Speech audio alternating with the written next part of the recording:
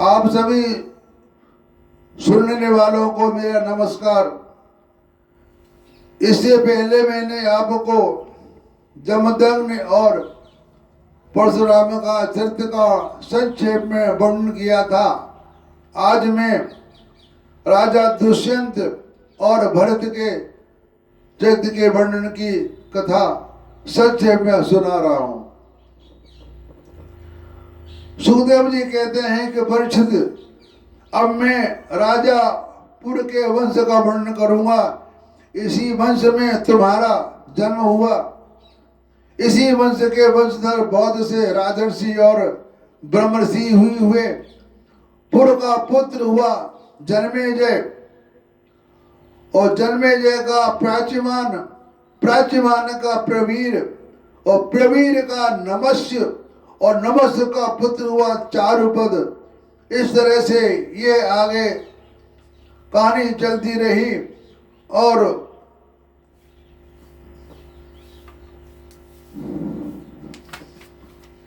एक बार इसी वंश में दुष्यंत पैदा हुए।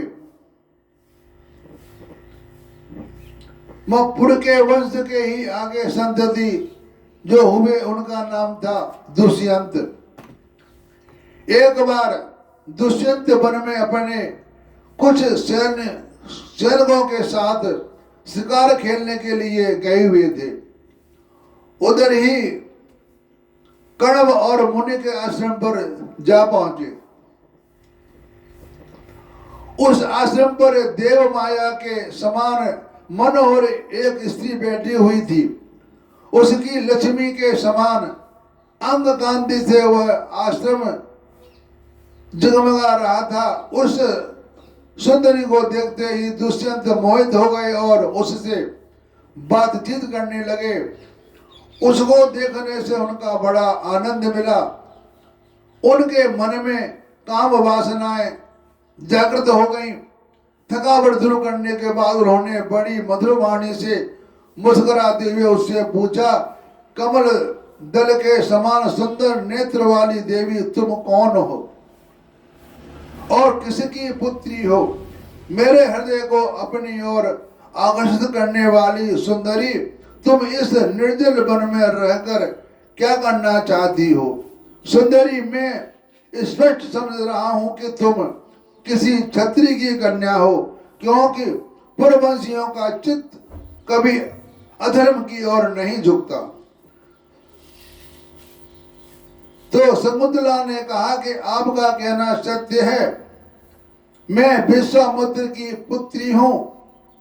मेरी मां का नाम मेनका है। मेनका अप्सरा ने मुझे वन में छोड़ दिया था।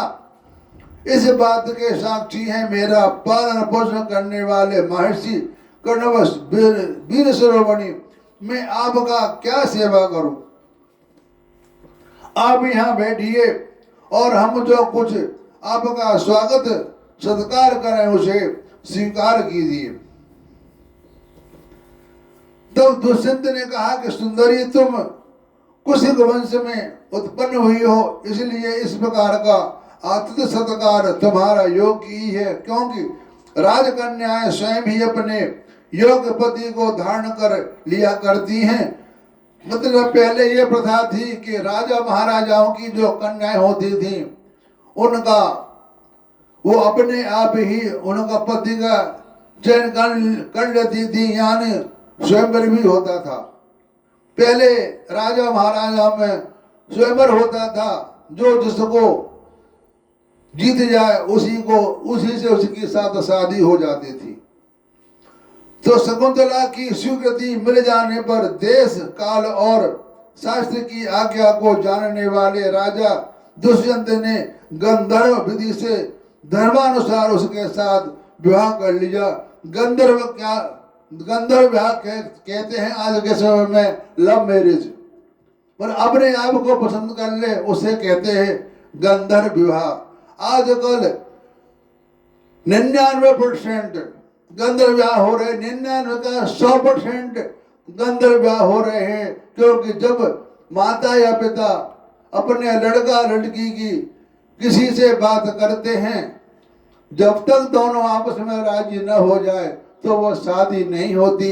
आजकल तो माता पिता नाम के लिए रह गए हैं, शादी दोनों की मर्जी से होती है। इसको कहते हैं गंधर्व विवाह।